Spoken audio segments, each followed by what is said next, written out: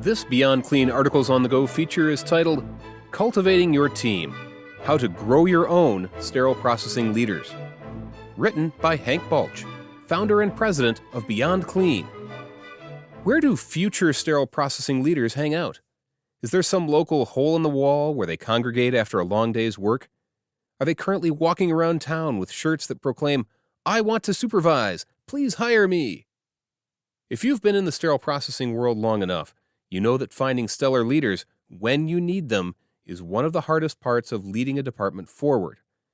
It's not uncommon for SPD departments to go through multiple managers and supervisors over a 5-year period, with no consistent theme for the kinds of leaders they are looking for. In this article, I'd like to argue that some of your best candidates for future SPD leadership can and should come from inside your own department. Here are some reasons why this is the case, and how to make it happen in your own backyard. 1. Hire frontline techs with the leadership in mind. Michael Dell once said, "If you're the smartest person in the room, you're in the wrong room." As you interview for entry-level SPD tech positions, always be thinking about what inherent qualities this person has for future leadership opportunities. And, if you can, try to hire folks who are smarter than you. This will mean that you look for more qualities in a potential candidate than just the ones that will make them a high-performing tech. Just because someone is a great tech does not mean they would make a great SPD leader. Hire those candidates who demonstrate personal accountability, ability to collaborate with diverse teams, willingness to accept additional responsibilities as they learn the job, and other big-picture skills that make them stand out from the average worker bee. They are harder to find, but worth their weight in leadership gold. 2. Shake up the traditional expectations for department responsibilities. So, you've got some staff who are standing out as potential future leaders, either because you hired or inherited them. What's next? This is where leadership growth becomes really fun. The traditional model of promote and pray leaves departments open to the dangers of wanting to give opportunities to hardworking techs, but not having given them the prior experiences necessary for them to excel in their new leadership role.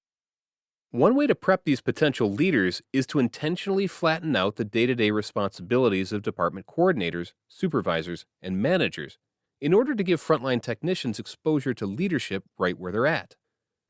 This could mean doing simple things like giving workshops on how to create staffing schedules and allowing various techs to work with current supervisors in creating next week's schedule. Or it could mean alternating responsibility for attending daily safety meetings with hospital leadership. Any responsibility that can be shared should be shared, with a long-term vision for equipping your team to take future leadership opportunities. 3. Apply the miracle grow of abundant involvement in leadership life.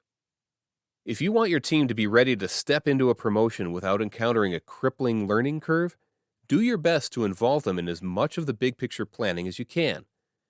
If you're having an important meeting with instrument repair vendors, ask one of your techs to come along and listen to the dialogue. Not only will they gain a broader perspective on the overall department, but you can then follow up with them after the meeting on how and why you interacted with the vendors the way you did.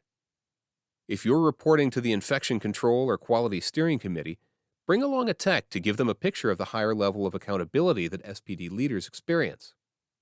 The more opportunity they have to learn the language of leadership and come to understand the department culture you are operating out of, the more likely they will be ready when the time comes for promotions. 4. Go out of your way to plant your people. Although this is a cursory point, it's still key to creating this kind of synergy of people and potential. As a sterile processing leader, you must go out of your way to find opportunities for your team to grow. This means soliciting genuine answers to the question of, this time next year, where do you want to be? And be prepared when the answers are not sterile processing related. I have folks who work for me who want to do everything from enroll in nursing school to start their own business. If you will demonstrate your commitment to their future plans through concrete, proactive mentorship, you will get employees who trust you to be looking out for their best interests when you approach them with leadership opportunities within your department. If your team knows that you're not just trying to plug a hole, but are instead developing them as individuals, you will see many of them jump at the opportunity on the table. 5.